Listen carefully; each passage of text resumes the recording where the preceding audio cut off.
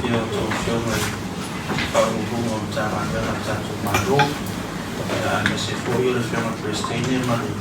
maro rai nātu stana mani ofisa whaasara lau o tātou atu. Ia o mau whanei lau hei tātara mani mai fōi nisi o tā whai tu pito tātou tāra tātou maro. Ia wā whano si te fia ma tere su tātou tu. Ia me se lewa e tātou rangori pesi e whamai. Ia me se fōi o tele o tūranga o whaarelawe tu whakose. Ia o whetu leni mai fōi e lewa e tau e so i wanga. O se fia tātou maftanga nei o le amata fōsanga le whionga i ia le ale saranoa. Ia o fisino le tanga luenga o puna o whanatuma si o sumanga. Ia fōi te te whono o tātou New York. Ma e lea ia o na whaasoro la i fōsanga te tasi. Ia whaurungunga o tātou tanga luenga. Ia o i rau i le mei whaitula le tai au. Ma e lea ia fōsanga whionga i whaurungunga o tanga luenga.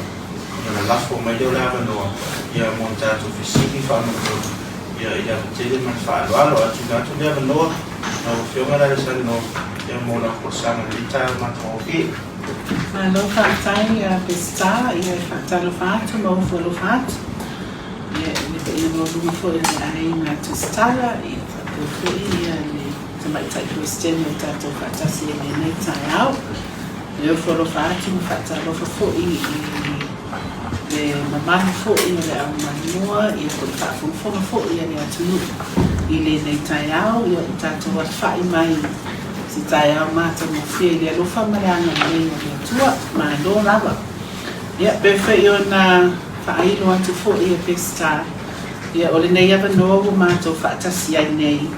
Ia, o le awhionga kunsinga, ia o tātou problema o tine mu, ia whapea whaanawilare whaakosei. O le awhionga si kunsinga, ia o le mtanga lenga o le leo. Pea fo le sui ofisili o le mtanga lenga o le fua mani loina. Ia mama o nei, ia o tō whako ia apa ese. Ia o lea lo whaungu wai le tātou ofisa o wha ai tau, ia i le taimi ia o le tūlanga wha le tonu o le tau. Ia e mai se fo ini si fo i o wha mai o wha peo na ale mai tala lo besi lalangi ia, no se tūlanga fo ia se tala lata mai. I le tūlanga o iai, ia le whiwa o pōna iwi, ia peo na iai fo ia, ia na iai fo sio tātou o tunu. Ia o se avanoa le nei e tūnātua i fōi, ia nai fōsanga le atelenga le tūlanga o iei tātou tāpunanga e nei se le tari atu o le mālo, tawala atu i ona i tūtino ese. Ia o tātou whianga iai, ia ona i nei whaapu tāuri, tātou iai nei mai tau, ia a taimi nei le amatawi atu le tūlanga o iei se tala lata mai o le tau, mō le sila fia, ia na iei i le tūlanga wha le tōru le tau mai nawa yaso, fai umar mai aso. Neno ni mausi na lao le nei ia lo whamaranga nei le atua. La tuina atu ia a whaese ia o le lo whaungu wai le tātou ofisa o wa e tau se tūlanga la tamai le tau. Una tuatu le le avanua i nā whionga nei, a whionga ia li konsina. I tu sai fo ima matawha yoi, mau au nanga o lo whaatino. Ia, ona whaapele o tātou se e atu le tūlanga o iai, ia le tari atu whaamai. Ia whina iesi o tātou atu nuk. After atu le tātou maftanga nei whawano le tai au, ia peo na fōsia le whina ia la saranoa ia. Ia na ia nei tai au, leo tātou mani mawina o amata o na sui kamari e mai ia wikarolo o le tau peo tātou ia le whai umona vai aso ia mai sapu pasoro mai aso ai nafu. Ia mafua mai lea o no se whitaya ingo sa vidi lea sa ta ua le whitaya ingo sa vidi o Pasifika. Lea sa ta o te tonu la mai mātua Samoa, ma nga ina i mo Samoa. Ia lua amata la o na ia so ni le uta o tui sauti o Samoa. Ia mafua ngana ua suinga maali e ua toi amata o na toi langi le mai. O te minei o lea iei lawa ia tātou lapta inga mōti munga mafa ia ma rolonga. Lea soa na whiawhi lea sa toi tua i lalo ia le levo pe sa toi downgrade ai ia tātou lapta inga o sabi maa rosi ia ma lapta inga o ngā sami. Ona ua wha mawina i lea soa na whi ua mata ona tau palastesi la lole swati na famawina ia samun mawina foi ia tato vai tafi ia wa mata ona ko mau tesi le tatafe o vai tafi ia e o tasi la vai ia male va aisa ia mai na vai aso ia pasolo tu da so ia male aso fi pasolo fa com ni vai aso o to so na maria mai na tau le lala tato te mine o le wa Yung faya to le wata oto I saute I ba na to me fte ingo sa wili de sa mafu umai la ho ia winga lulu wal tau le tato sa tato mo ma winga fa mo ba yaso ai ele te mo ese ia tulanga ia ona o le lava ele mamau ese atu ia mafu anga o le ia la lava ona fa ma sia ni so la tai ia mai ese iba na lava o mamau ese atu ma Sam, ia fatu amo tino le ma fale ama ima ia lapta ina nei o le morsi la fia fo el malo le tunu ia o teni ne o fai o savali le lua vai aso savali tolu vai aso talo palasitim o utu fo ia le pol pala le suava ia o so se o sina taimi la vala to palasi si timu masani fo ia e te le leva no e to ia whatupla ia tūranga I tōronga. Pe o le mafuanga le o le whamalusia I leva tātōra te inga mo ti munga ia, ti munga mawha ia malolonga. O nai o le tūranga la matia lava ia mai lolonga mai le solong tūranga whapena o lo mawalunga le whape a whai e to palasi se isi tim. Sila fia fo il malo le atu ia o le tatu te ia I lava I tonu le vai tau o whaapo le vai tau ti munga ia mai e tutupu whala I lava I pei fo ia na tu ina atu I le tausanga o te ari tatu wa I mamau le vai tau o wha ia o le masina lava I o fipu auli ma mati o masina o pito I sili o na ma ale ale le lawa tatu usawari a tonu lava masina ne ia e mawalunga lava le tulanga la matia o Samoa mai ia ki mga mafa ia miso lulunga miso lulunga lulunga tau ia pio sina whapoponga na o le tala le tau kumane wa aina le tau I niwa yaso ia o le wa mata no suinga mali atu ia tulanga ko I peo sana peo na ia ai se tato mata I tū le alunga o le tato fitai ingo sabili le peo tau wale na tura ava ia o fitai inga lo sabili lalu I lalo le yanga I se atu pato yanga I mai fai lai mata I tū la hua ia le tulanga le ia po le fai unga neiva yaso ia uto I lo se isi tae sa se isi vai mau pe to yanga I mai pe tu mau pe saute pe ia tenu nei Asa esses famosos se famoso olha tulanga pe iai se tulanga lo tulanga mai se fa ia e toi whamani no atu le manula tunu ele o isi a whawaria mai o fufu I ono ali mai le isi fitu aso runga I o lo whaawau pea I ranga mianga I o le vai mau ia temi nei o lo very low o maua lalo la pasi tulanga I ono adia ele isi a whaona o lea ele o whamani ina isi o vai na hufasa isi e mafu na fufu mai ina ni o wha Não partilha lá tu antes ia filmar ele com cima e lá na folha tá penanga e a MC foi o nana e pessoas só ainda ele magia tu e tá todo já vai ter na ale tá tá Marofa tai no filme de telefone commission official talia tu va laver matuia e fia fono fa pi fo I le fatalo fa no e le filme de telefone le official o fa laver matuia e le tau talo fa malo le so I fu muia le problema la votine ma fa laver fa fosse ia colana ia la vonta fa yoi o l'Italia tu so se fa laver fa fosse I tu le mai le ngata fuila I fa fosse I a fa laver fa na lo tu le mai le ma tutte na lo va te ser problema male mtanga lo leo il Italia tu le pitoluma so se te mi la vai tau ai pe tau nuu ma maua se wala au o mna o mia se pisosoani. Ia o na tali tule tu whatasi se au nanga o na tali tule. O loa mai tau wina i nei vai tau lolo wā. Ia mai swinga o loo ia nei li tau e pēr na sao noa ia sui ofisile o le vai tau. Ia fitalenga ia a whaise. Ia le tūlanga le whaateleina o ti munga le fuwa ia sao noa. Le ua utu ia vaenga umo le atunu o le suavai. Lono winga le ua tafa mai ata o Yesu winga. Ai ono toi tūla i mai fo i pēr whapetoi. Ia ti munga. Ia o le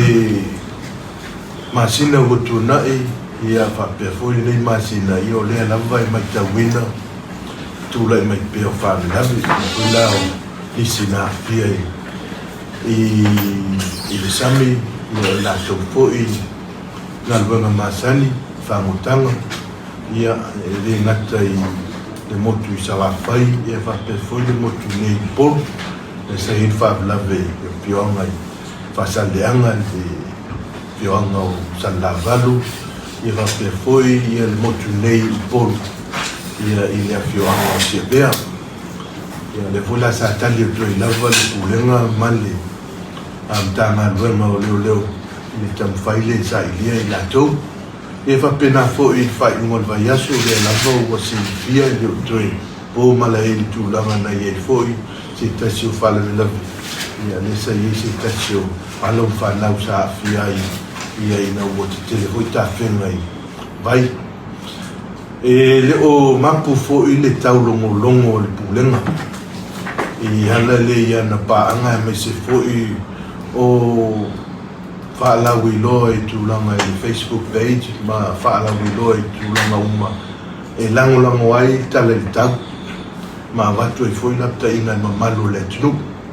se i tautua na o le saunga le mu o le ngā luanga whaito teli i leo se ngā luanga na o le malo ma na mta ngā luanga ma wharaputonga o le ngā luanga whaito tasi o i whaito teli e au uma i ai ia fioanga ia whapea fōi ia ngā luanga malo e wulai tō te talo tō i si tautua nā ia tūlanga ia o no lea lava o mai ta wina e moni wa Yesu inga ia ai o loo iai masa tolonga e iuna toe ta liu mai pe toe a tupla ia tūlanga ia o loo iai fōi le numera o le iwa te stasi o le numera lea o loo baga lua ai le pulenga tine muva pe foi le tanga venga leo ia e mafai ona mala au mai ai o le talo voi le pulenga e tau nalda tu numero le fa nga mai te mi fa lavi mafai ai ona va ve watu se o nanga ai o le au vai o le pulenga e le neta o to fa marcia to fa longo pueri foi no malu le tunu i tau nal sanga le mu ia mausta ia foi fautuanga pe o tu inatu ia ma tamtanga im silsila i ni tala i tau pe o na failo atu i ni tele wa fianga ia i ne ngata le sami e va pe foi de la welele pe o se to e fa manatu le al pulenga ma to e fa popo atu ia i ne tūlanga e o le sanga le mu ia mwhai na whio mai malu tātu o tinu. Maro whalo te whaftai? Ma winga po ile nga whafkai ni pai ngā aso. E ngā kai le tapu inga maua Samoa e anis fo ile malu. E anis fo ile malu kuskala ni aso. Ke longo le, ke lo inga nika e au whapiko e ni saunga le mua le pu ako. E ala i ki munga ma mamkari malu se o waia. Le yo se kala le au mo fa mo ni e kai au ia fa fa ia le la mo po ia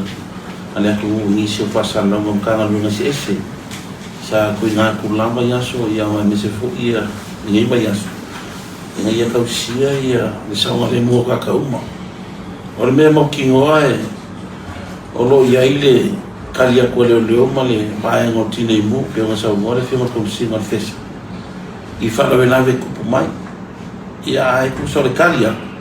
se la paseni ai o mele manga a or kalia no winga wan kalia wale ska ia ko kele ia ia me kaunga ia sama le muaka o le o masangi aka ko o ia vai ka o kafena o ke me rolo wan ka le foi e sila fia foi ngu ko kas inga ia fa malu sia kula fongo fa sa vai kafe o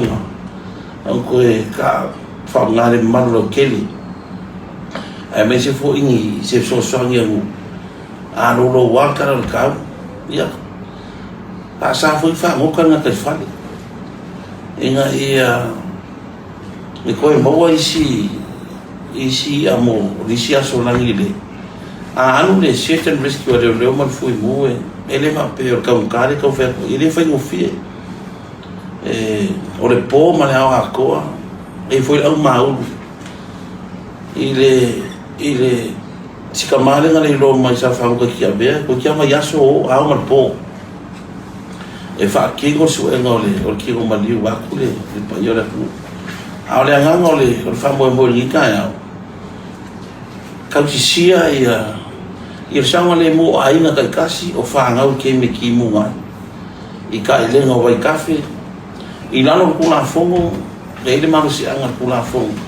e fa nga mo le na ko di ska ia fa ko mo nga ba ku la lole o komiki la a lole Disaster Management Act a wa ku fa ko nga di ska ia o la fa nga fa mo rianga o mo rianga o me mo a le sama le mo me mo no winga fa fonga mai ia ka ko ku me se pa ia fa nga uma pe on sa mo ku ia kai ko miki a mangi fo ia fa ru ngam kanga lo o le ko ku sa ni vai ka mo swinga ka no le fa la veder fa ko vai as ia ku sa o ila ku mo fia fa malu pe ka ele vai ka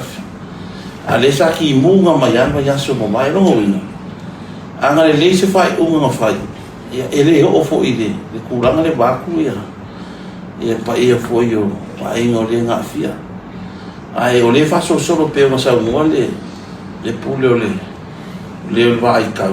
il vai mo mau I ka o ni ka sa pe o ma singa e lua le ka sa balia ma singa e ku sai fo I ma ko mai o le vai ka e o mo ia ia fa ma fa ke le ngai fo ia ka fe no vai ka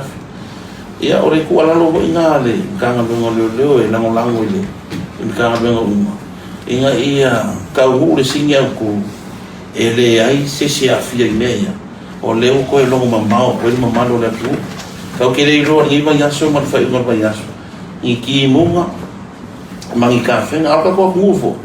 pe se me maka ia me vai kafe pe a pa me va pena pe fia ka ko fa nga we foi ka longa o le ua sao I foi o piso leo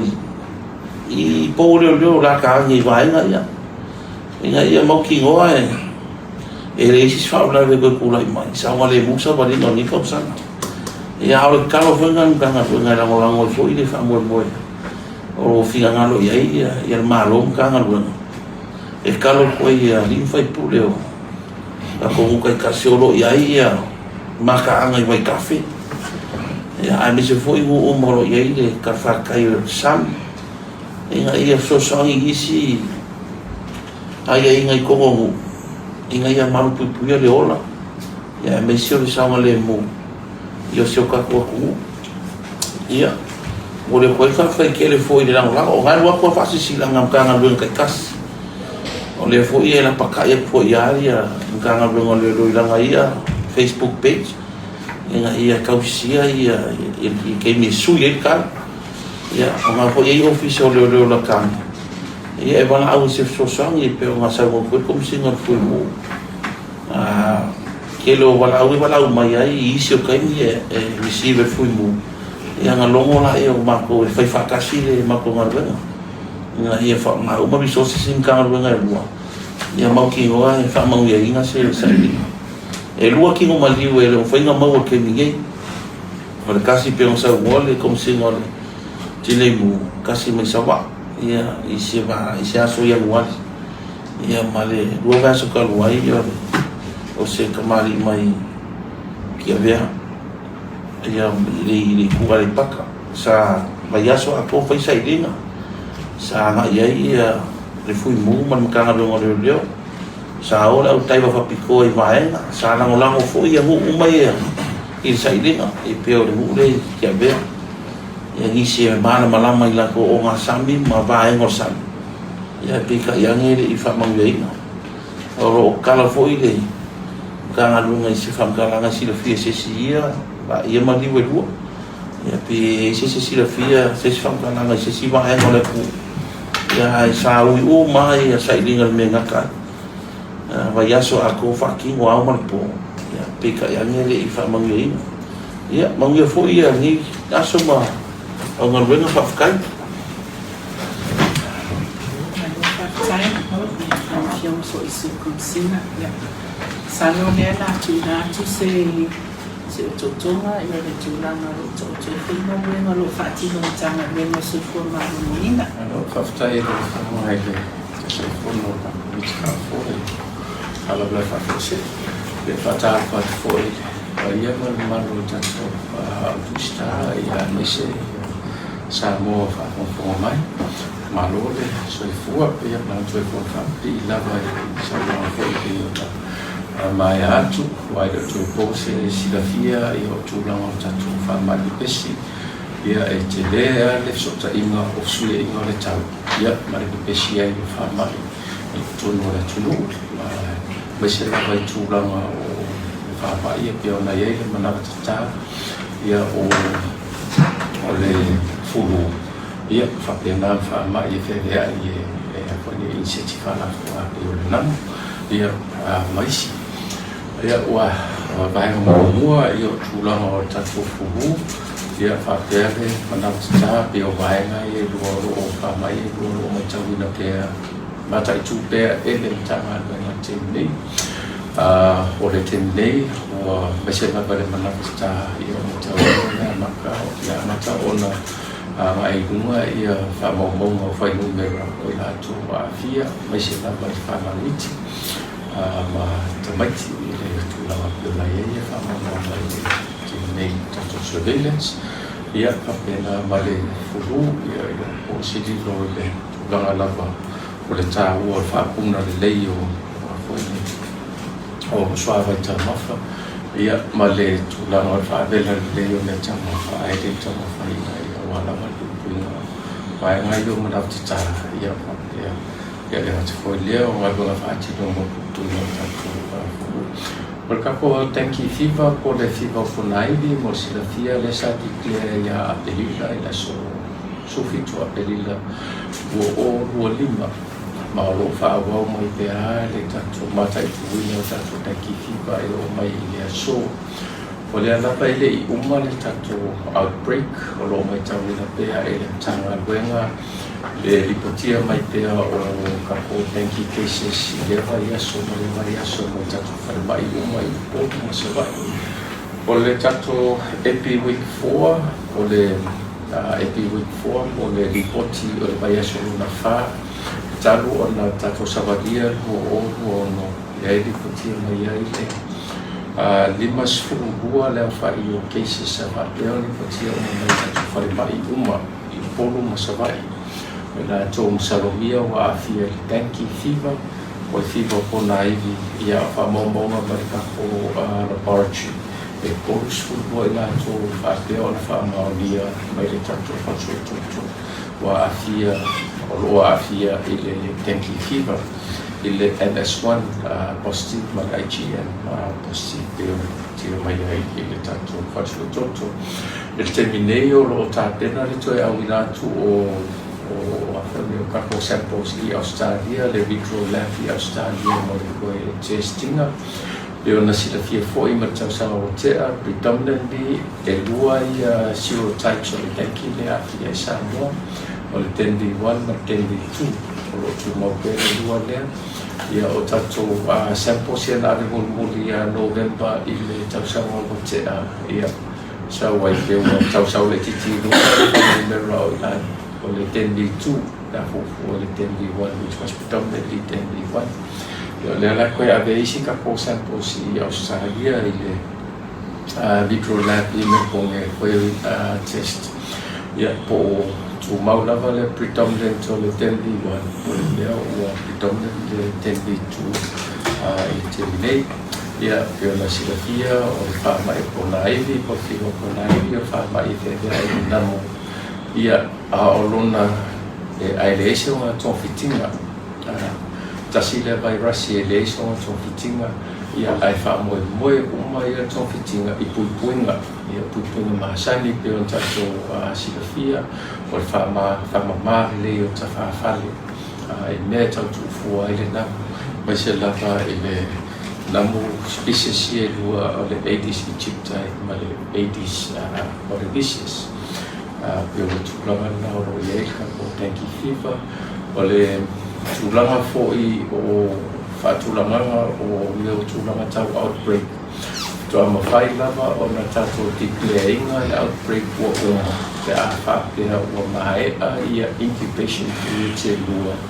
e le o ko ia se base o whapea o na whaamaulia mai e le lab no inga o le mai ai o le losful valu aso mai le aso sa ia se case a whaamaulia mai le lab on toa mawhai leo tato declareinga se outbreak o maea so o le halava la e whaawau lava le tausi usi unga lea o tato outbreak o le dengue fever I le temine ia whapena o na matai tū ia mai au te iuna. Iai ia utoe whawau pēa i tūlanga o la tainga whamanatu I le paenga lava leo le tū mālau tele ia ma le tinei o na fuanga tau tūfua le namu. Ia e le opo fo se e le malo le tūno ia o le Paiaso le na te ai le weekend sa notify mai ai le WHO through IHR 4 points o atu ruta e tasi. Le foi le iai lea o ni cases o le Nipah virus I India I West Bengal I India lakalaka le Bangladesh lakalaka Bangladesh West Bengal I India le sa whaero mai ai le WHO e tuahua ia ni nurses sa whapea o na tauwhia I whaimai ia ma testai positive for the Nipah virus o le Nipah virus e lo se vairasi fou o le vairasi loho na iai I le laulangi sa mua I whaamaulia I le tausanga tasiipa I wawalu I le outbreak sa whapeona iai I Malaysia I le outbreak I Malaysia ia e tau mai lea so ia e foisi outbreak e matere na vai I India ma le atu Afrika ia outbreak sa le Nipah virus but sometimes ia afia ia le Southeast Asian Ia ona iai si outbreak sa lipatia I Thailand I le rua o rua tō ia whapea ma Philippines ona o kosanga Philippines o le rua afe ia a le pe matere lava o India ia ma o le longa lima I leo outbreaks I tono India o le Nipah virus talu na whamaulia mai le tasiipa I wawalu ia a pe matere lava o I lava le area le I West Bengal o lo alia ia outbreaks o le Nipah virus I le telo time I le fo sa ia I si outbreak I le tausanga o tea da Januari fo I le tausanga o tea sa le fo I le si sa whailo mei fo I le si outbreak o Nipah virus lava I tutono o tea ia mo le silafia o le vairasi le Nipah virus pe ona iai e tele o whaatalanga fo I lunga penga te whailangi e whapea le pepa forwardinga po le Facebook page le le aiso na tōwhitinga le ngata le ai se tōwhitinga ia e mōnunga lava fatality rate e le wā le fast food nai le fetus food le fatality rate o le whamai lea so in other words whai e ko se fōpukanga kai a fia ai e o whipukanga kai mariki ai I le mai le pese whakaisa I na whainofia ia so o le Nipah virus ia e runga I le kai kukusa ia ma le male I pola e fai si molo bunga o fatality rates ia wali ola na kai le balus fu pasel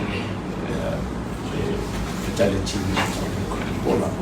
ia angi virus uma e le konfikinga ole virus foi le ole Nipah virus ole virus dia e te dia I pea fruit bats e te dia I pea ia whawhenga te pesi mai I pea ma awhia ai ia koni ia nisi mea ora ia whapea ma tangata soifua e lo se whapmai la whapea pesi foilele ona o le talano atu e le peo kohiki e apon le ai o le Nipah virus ala pesi o you come into contact with bodily fluids ole come into contact more with se tu lava ia fe awai po ni sua foi saliva ia tu lava come into contact ma vai na ia fa pena na io na fiai ta su fu io sarobiai te di vai na ia ole tele lava o le whamai le Nipah virus e a mata me ke pea a whiai ia pua a pusi mai se tulo ia vaenga ia whapena leo na whiai matangata sungafua o na mafua mai o le se tulo a te tainga o le kua a o fiva tafe whaua tuna whapena come into contact ma tangata sungafua ia whapenga rola ia o na awhiai ia oisi fo I awala o whapea o na awhiai ia tangata soifua ia o le tūlanga fōlele o fruits ua whalengaina I whea amen wa awhie whea wai po vai whapena mai I pea o whapea o na miei le vairasi ia o atula I o tangata tau mai ia mai matau mafa ia ai leo mama ona fufulu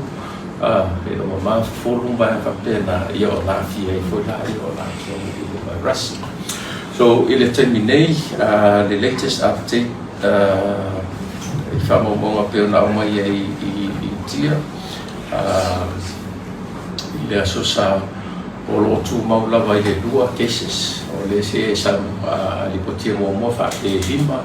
ia le oto whamautu mai e 2 cases ngā nurses I o tō rua ia sa whamaulia e le o mauti noa pe whawhewhea o na awhia I a nurses I o tō rua e na awhia o singa se ngā ngai atu whamai pe ngā awhia mai I tua e community e le o mautu mai ia mai ia lo whawa wai pea I susuenga I kia tanga a I tia te minei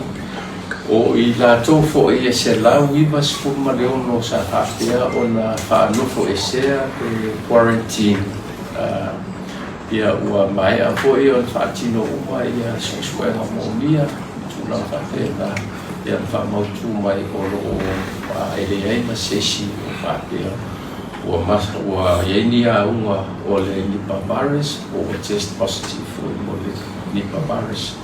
I le terminate ma o whawau pia fōi I matai tūpina o I lātou mo le lusful tasi aso so the quarantine period is up to 21 days e lusful tasi aso e matai tūpina I lātou ia o tūlanga o puipuinga e o na